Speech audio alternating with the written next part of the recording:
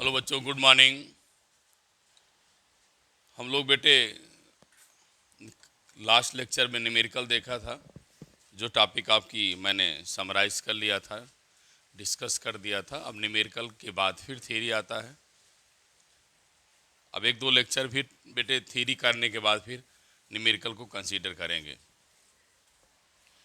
आज हम लोग पढ़ेंगे, अच्छा सा टॉपिक है phasor. Phasors and phasor diagram. Phasor लिखा और फिर क्या लिख रहा हूं, देखिएगा ध्यान से। फेजर इट मीन्स हमें फेजर बताना है। फिर फेजर डायग्राम लिख दिया। इट मीन्स उससे हमें फिगर बनाना है। कहने का मतलब है हम फेजर बताएंगे और फेजर का क्या करेंगे, डायग्राम रिप्रेजेंट करेंगे। दूसरी बात, फेजर डायग्राम को मैथमेटिक्स के टर्म में कहा जाता है आर्गुमेंट, लेकिन यहाँ फिजिक्स ने उसका आधा शब्द लिखा है आर्गन डायग्राम। मैं थोड़ा सारी बातें बता दूं तब आगे बढ़ूं। आर्गन डायग्राम वह डायग्राम होता है जिस डायग्राम को, जिस वैल्यू को एक्स और वाई एक्सिस पर रिप्रेजेंट करें। जब हम एक्स और वाई रिप्रेजेंट करें, X positive X negative, Y positive Y negative, इन सब पर जब वैल्यू को बेटे हम रिप्रेजेंट करते हैं तो उसे हम आर्गन डायग्राम भी कहते हैं। अब मैं आपको, मेरा बताने का फर्ज होता है मैं क्या बताऊं, फेजर क्या है। मैं कुछ अभी नहीं बता रहा हूं, अपनी भाषा में बताना चाहता हूं क्या कह रहा हूं। अगर मैंने लिखा equal to E naught sine omega t,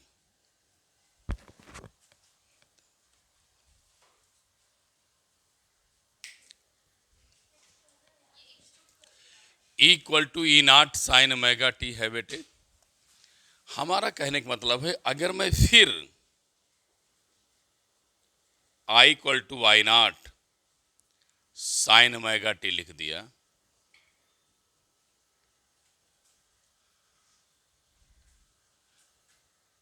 तो आप ये बोलेंगे इनके एंगल में कोई चेंजिंग नहीं है। ये आपका क्या है बेटा, एंगल। एंगल में कोई चेंज नहीं है। लेकिन दूसरा एक और एक्सपेरिमेंट करके लाए आप, साइन ओमेगा टी प्लस लिख दिया बेटा 90। तो 90 क्या कर गया बेटा, बैरी कर गया। बैरी क्यों कर दिया, क्योंकि इसमें जुड़ जा रहा है, इंक्रीज कर गया, बैरी कर गया कितना, 90। एक सिंबल दे दो इसके लिए, दैट इज 5। एक सिंबल दे दो, क्या, 5। मैं यहां भी लिख दिया 5। अब आपके मन में ये जिज्ञासा होगी, सर आपने 5 बढ़ा दिया और उसी 5 को 5 यहां क्या लिख दिया है, फेजर्स। इट मीन्स साइन के साथ बैरिंग क्वांटिटी, साइन के साथ bearing quantity is known as phasor. नहीं समझ में आया, बोलो क्या बोला बेटा, द क्वांटिटी, द क्वांटिटी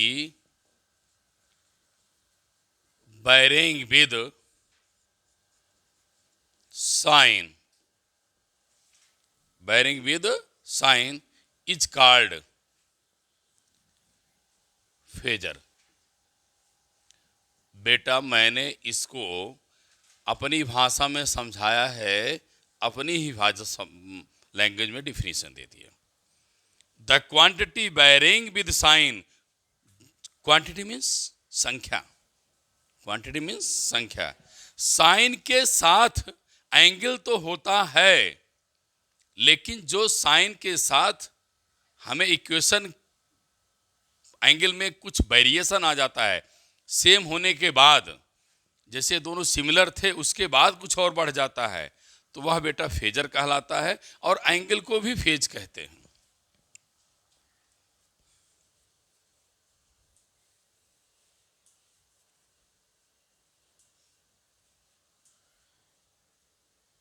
अब एक और डिफिनेशन लिख सकते हैं, in order to show, in order to show means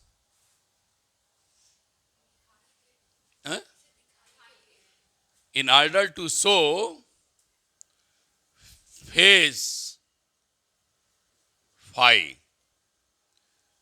क्या between voltage and current, in order to show phi, phase को दिखाने के लिए क्या किया जाता है, ईएमएफ और current in a circuit, in a circuit B take a notation phi, we take a notation of phase phi, phasors लेते हैं।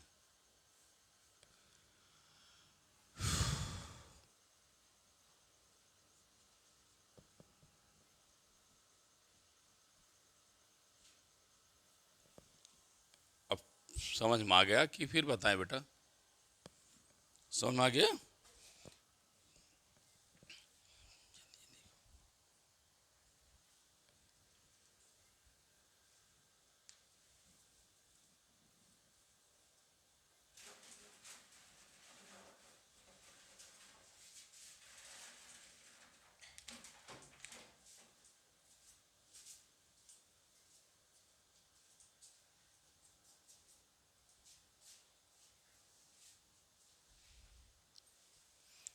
ठीक, अब देखिए ध्यान से, अब मैं एक बार फिर बता दूं, आपको आ जाए, क्योंकि बहुत कम बच्चे समझ पाते हैं फेजर फेजर डायग्राम। पूछते रहिए, वो परेशान रहते हैं, समझा नहीं पाते हैं। बहुत बहुत बेसिक बात है, बहुत बेसिक बात है कि साइन के साथ जो क्वांटिटी वैरी करे, जब हम कंपेयर करें किसी से, वोल्टेज और करंट को कंपेयर करें, तो साइन की के साथ जो क्वांटिटी वैरी कर जाए, ये लिखा ना, the quantity varying with sign, sign के साथ वैरी बढ़ी हुई क्वांटिटी को फेजर कहते हैं। कहने को तो आप इसको भी फेज कह सकते हैं, इसको भी फेज कह सकते हैं, लेकिन कब, जब वोल्टेज और करंट को आप कंपेयर करें। मेरी बात समझ रहे ना, ये भी एंगल है, ये भी एंगल है, नहीं, एंगल को फेजर नहीं कहेंगे, लेकिन जब ये फाई जुड़ जाएगा तो पूरा एंगल हो जाएगा, तब फाई आ जाएगा।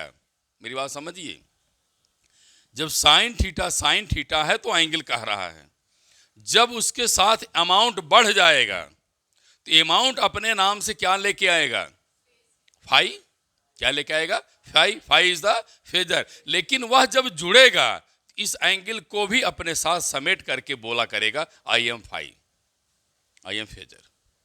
नहीं समझ में आई बात? बोलो यार, आया? मेरा मकसद है, जल्दी बच्चे बता नहीं पाते, मेरा जो अनुभव है, मैं पूछता हूं, बच्चे बताते नहीं व्हाट इज फेजर, परेशान रहते हैं। समझ में आ गया ना? साइन के साथ जो क्वांटिटी वैरी करती है उसे हम फेजर कहते हैं। साइन के साथ कौन वैरी किया, 90 is the phasor. In order to show, एक और छोटी डिफिनेशन में लिख दिया, in order to show phi between EMF and current circuit, in a circuit, कौन सर्किट बेटे, एसी सर्किट। एसी सर्किट में वोल्टेज और करंट के वेरिएशन में जो एंगल हमको मिलता है उसको फाई कहते हैं, उसको हम फेजर कहते हैं। अब बात करता हूं आगे फेजर डायग्राम। छोटी सी बात सुनिए, phasor diagram analysis, analysis means उसके बारे में जानना। Phasor diagram analysis in AC circuit of phase to easy understand. आसानी से phasor diagram analysis, phasor diagram क्या लिखा, बोलो बेटा, phasor diagram analysis phi between voltage and current very easily, उसके बारे में एनालिसिस करेगा तो उसे क्या बोलेंगे, फेजर डायग्राम। तो लिखो, phasor diagram make to analysis AC circuit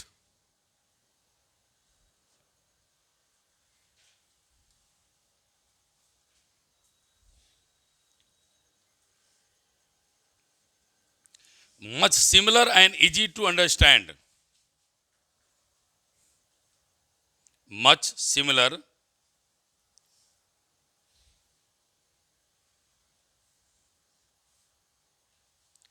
and easy to understand, बड़ी आसानी से हम इसको समझ सकते हैं।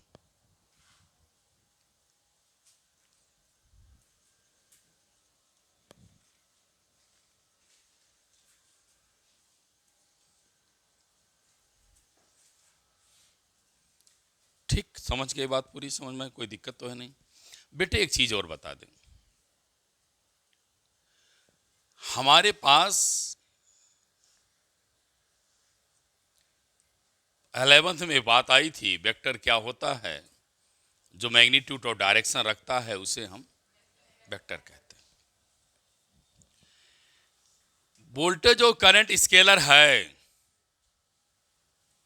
वोल्टेज और करंट क्या है, स्केलर है, लेकिन एसी में बिटिया बेटे बात करोगे, एसी सर्किट में बात करोगे, एंगल भी आ जाता है और मैग्नीट्यूड भी आ जाता है, एंगल भी आ जाता है, मैग्नीट्यूड भी आ जाता है। तो मुझे करंट को वेक्टर कहना था, बोलो समझ में नहीं आ रहा है, समझ में आ रहा है क्या मैं बोला, अगेन रिपीट। अगर मैं करंट की बात करूं, आई मैक्स की बात करूं, तुम बेटा बोलोगे sir maximum current that is magnitude, ठीक, ओके, सही है। बट बेटे sine have angle, angle means direction, तो यहां एसी सर्किट में करंट को मैं जब देखा तो मैग्नीट्यूड भी रखा है एज वेल एज, बोलते ही नहीं यार, डायरेक्शन रखा है, मैग्नीट्यूड एज वेल एज क्या रखा है। अब आपके मन में चिंता बढ़ जानी चाहिए, सर वहां तो करंट आप चैप्टर 3 में स्केलर प्रूव कर दिया, यहां हमको आप कंफ्यूज कर रहे हैं, करंट और डायरेक्शन है, मैं भी कह रहा हूं है, लेकिन बेटे जब इसे हम डायग्राम में दिखाएंगे तो मैग्नीट्यूड भी दिखाएंगे और डायरेक्शन भी दिखाएंगे, लेकिन समाज को वेक्टर नहीं कहेंगे, बोलो यार क्या कहेंगे, हाँ आप समझ में आ गई।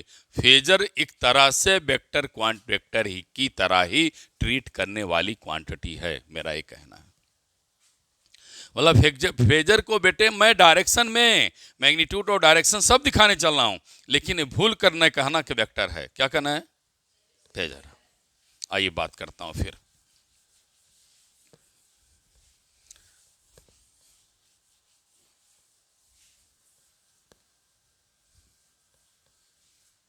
आइए बात करें, जैसे मैं आपको दिखाऊं, लिखा था, क्या लिखा था बोलो जल्दी से, equal to E naught sine omega T. मेरी बात ध्यान सुनना, मैं यहाँ पर ई नॉट लिखा, लेकिन आप लोग इसको खूब बढ़िया समझिएगा, ई नॉट मैक्सिमम ईएमएफ है, पीक वैल्यू ऑफ वोल्टेज है, वो बेटे यहाँ से यहाँ तक रिप्रेजेंट कर रहा है, पूरी लाइन ईएमएफ के मैग्नीट्यूड को दिखा रही है, बोलो बोलो जल्दी समझ, बोलो समझ में आया, पूरी लाइन क्या दिखा रही है, कि मैग्नीट्यूड को। अब आगे देखिए फिर,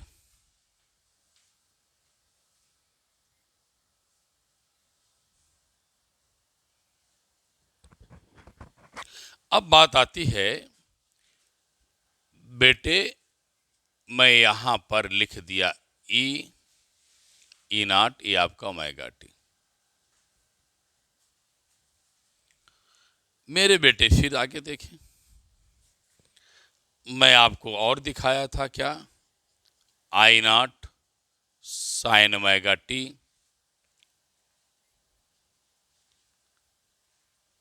प्लस 90, इसको क्या माना था बेटे 5। तो साइन के साथ कौन वैल्यू बढ़ गई, 90 को क्या बोलेंगे फेजर। अब देखो बेटे फिर जब आप बढ़ाइए, आई नॉट लिखो, आई नॉट यहां से यहां तक की वैल्यू है, लेकिन जब आप इसे फाई दिखाएंगे तो जब आई नॉट एंगल को कंसीडर करेगा तो होल एंगल कंसीडर करेगा, क्या देख लीजिए, I naught sine omega t plus 5, देखिए पूरा बताएगा। फिर कभी अकेला नहीं बताएगा, जो बताएगा जो पहले से बेस फिक्स है जिससे आप कंपेयर करें उसको ऐड करके बताएगा। ये आपको डायरेक्ट मैंने आंसर बता दिया। एंटी क्लॉकवाइज लिया जाएगा, ओमेगा एंगुलर वेलोसिटी है।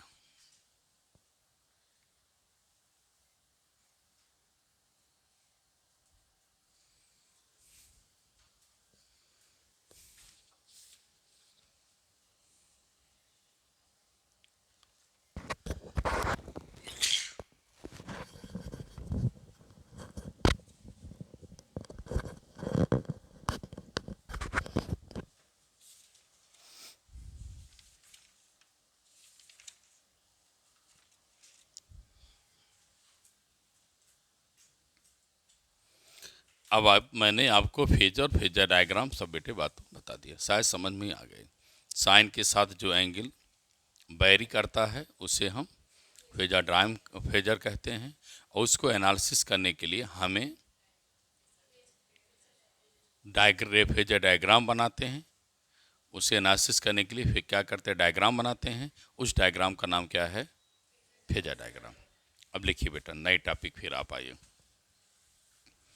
अब यहाँ से बेटे मैं आपको आर एल सी आर बहुत अच्छी अच्छी टॉपिक पढ़ेंगे, बहुत इजी भी है, ज़्यादा से ज़्यादा न्यूमेरिकल प्रैक्टिस करने की ज़रूरत है, ये आपको ध्यान देना। अब बेटे फेजर डायग्राम पढ़ने के बाद हमारी एक इच्छा हो रही है कि हम लोग ये देखें कि एसी सर्किट को हम रेजिस्टेंस में लगा करके सर्किट में थ्रो कराएं, तब करंट क्या वैल्यू देगी, तब क्या फेज एंगल घटे बढ़ेगा, फिर इंडक्टर में डालें, फिर कैपेसिटर में डालें, फिर एलसीआर ले लें। ये बहुत बेसिक टॉपिक इस चैप्टर की हैं। उस बार ट्रांसफार्मर चैप्टर खत्म है। तो मैं लिखिए आप लोग, एसी वोल्टेज मैंने आपको अपने उसमें बताया था, not write in the form of capital A and C, AC represent only small AC. Symbol भी मैं आपको बताया था, they have no polarity. AC voltage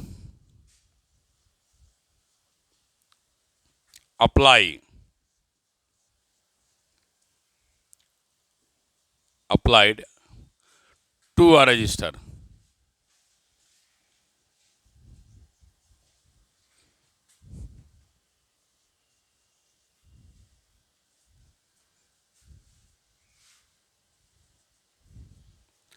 register एक डिवाइस है, रेजिस्टेंस उसकी property.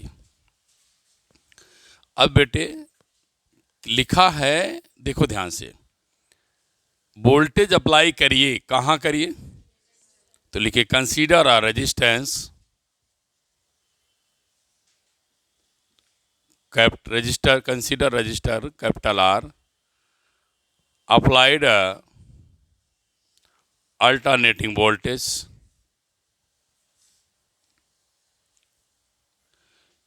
equal to E naught sin omega t।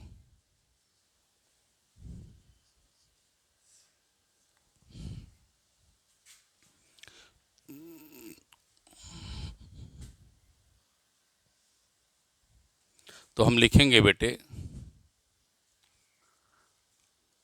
Applied EMF equal to E naught sine omega T. क्या लिखेंगे? Equal to E naught sine omega T. अब हम बेटे voltage तो दे दिया, मुझे करंट देखना है। वी नो दैट, क्या बेटा हम लोग पढ़ा है? I equal to E upon R पढ़ा है बेटे, आई इक्वल टू ई अपान पढ़ा है। Put the value of E naught sine omega t upon R. बेटे ध्यान से सुनिए, हमने पढ़ा है I equal to E upon R, लेकिन EMF maximum as well as current will be maximum. So here we take I naught क्या sine omega t. तो जब मैंने बेटे रेजिस्टेंस लगाया, रेजिस्टेंस लिया और उसके क्रॉस वोल्टेज अप्लाई कर दिया, तो बताइए फेज कितना चेंज किया? बोलो बोलो जल्दी बोलो, फेज कितना चेंज किया? मैंने क्या कह दिया था? साइन के साथ वायरिंग क्वांटिटी, साइन के साथ यहाँ इनमें और इन दोनों में कंपेयर करिए, कुछ वेरिएशन है? नो। तो नो वेरिएशन, मैंने अपने जैसे बताया वैसे बता रहा हूँ बेटिया, नो वेरिएशन।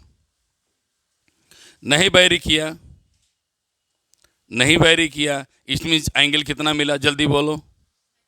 फेज कितना मिला? 0। फेज क्या मिला? 0। इट मीन्स यहाँ लिखेंगे V and I are in same phase.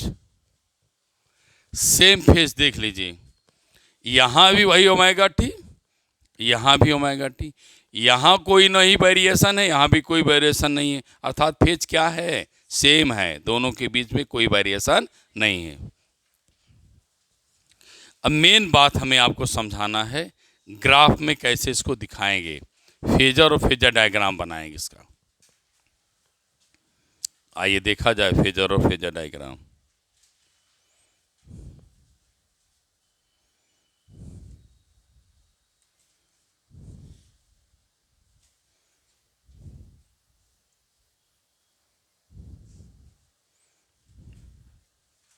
यही बना देते हैं।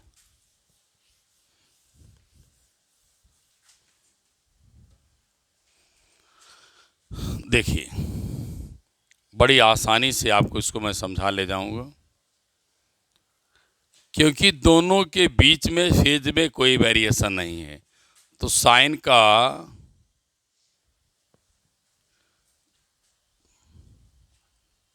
का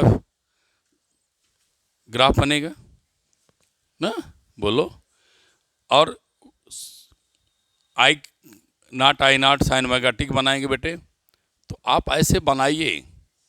लेकिन देखो एक पॉइंट पर फिर मिल गए, मुझे दिखाना तो इसी लाइन पर ही चाहिए, लेकिन कैसे आप आइडेंटिफाई कर पाएंगे? तो इसलिए मैं थोड़ा सा आगे पीछे कर दिखा रहा हूँ, लेकिन इनका जो टाइम है वो क्या है बेटे? सेम है। तो यहाँ क्या था? पाई, यहाँ क्या था? 2 पाई, यहाँ क्या था? टी, यहाँ क्या था? T/2, यहाँ क्या था? 0। ये आप वोल्टेज को दिखा दीजिए, ये करंट को। ध्यान देना, इनके फेज में कोई चेंजिंग नहीं है, इसलिए एक इंटरवल बाद देखिए इनका आपस में क्या है? कोइंसाइड कर रहा है, पॉइंट आपस में क्या कर रहे हैं? मिल रहे हैं। अब जब डायग्राम बनाने की बात आएगी, फेजर डायग्राम बनाने की बात आएगी, तब देखिए ध्यान से, अभी अभी मैं आपको पढ़ाया हूँ। अब आप देखो फेजर डायग्राम कैसे बनाएंगे। अब आप क्या दिखा दिया? पहले क्या लगा दिया? ई नॉट लगा दिया, चलो मैं लगा दिया ई नॉट, ये बना दिया, बना दिया। और मैं एंगल कितना बना दिया? Omega T. अब बिटिया आई नॉट भी इसी पर दिखाना है। अब बोलोगी सर ऐसा क्या आपने कर दिया, क्यों कह रहे हैं? क्योंकि इनके एंगल में कोई चेंज नहीं है, तो मुझे उसी एंगल पे जाना है, उसी लाइन पे जाना है, उसी मैग्नीट्यूड में जाना है, उसी मैग्नीट्यूड में जाना है, मैं बोल रहा हूँ। तो ये इस पर क्या करना था? कोइंसाइड करना था, नहीं कर रहा है। तो इसलिए, लेकिन हमको दिखाते तो मैं आपको कैसे दिखाता, आपको कैसे विजुअल होता, इसलिए बेटे फिर इसको ला दिया। ये आपको मैंने बना के ग्राफ दिखा दिया। ये फेजर है और फेजर डायग्राम, तो यहाँ लिख दीजिए फेजर डायग्राम।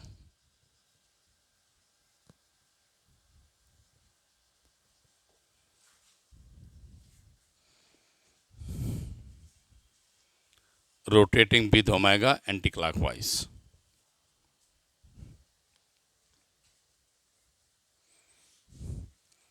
इसमें जो एक क्वेश्चन पूछा जाता है, what is phase between V and I in resistance only. Resistance only R की बात किया जाए तो क्या उनके बीच एंगल होगा बेटे, तो 0 होगा।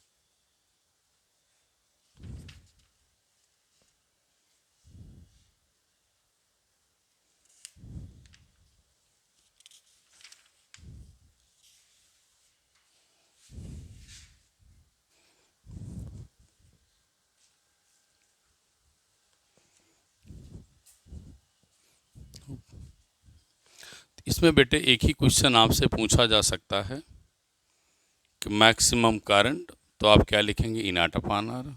जहाँ न्यूमेरिकल उठ सकता है, इट मीन्स आ सकता है। फेज कितना होता है वोल्टेज और करंट के बीच में, तो 0 होता है। एक चीज़ ये आप ध्यान रखेंगे, एनसीईआरटी में क्वेश्चन दिए तो हैं लेकिन पावर भी पूछा है, तो मैं सोच रहा हूँ जब इसका टर्म आए तभी पढ़ाएं, क्योंकि काफ़ी कुछ इसमें ऐसी चीज़ें दिखाई दे रही हैं कि हमें वो बच्चे जो नहीं पढ़े वो नहीं समझ पाएंगे। ठीक है, तो बेटे यहीं पर इस लेक्चर को यहीं पर क्लोज करता हूँ। आगे आपको एल आर मिलेंगे, क्योंकि लेक्चर छोटे रहेंगे, पढ़ने में आसान रहता है। न्यूमेरिकल अभी इस पर रोक दिया जा रहा है, क्योंकि जब मैं उसको पढ़ा लूँगा पावर तक तो आगे बढ़ूँगा। न्यूमेरिकल पढ़ेंगे बाद में। Thank you class.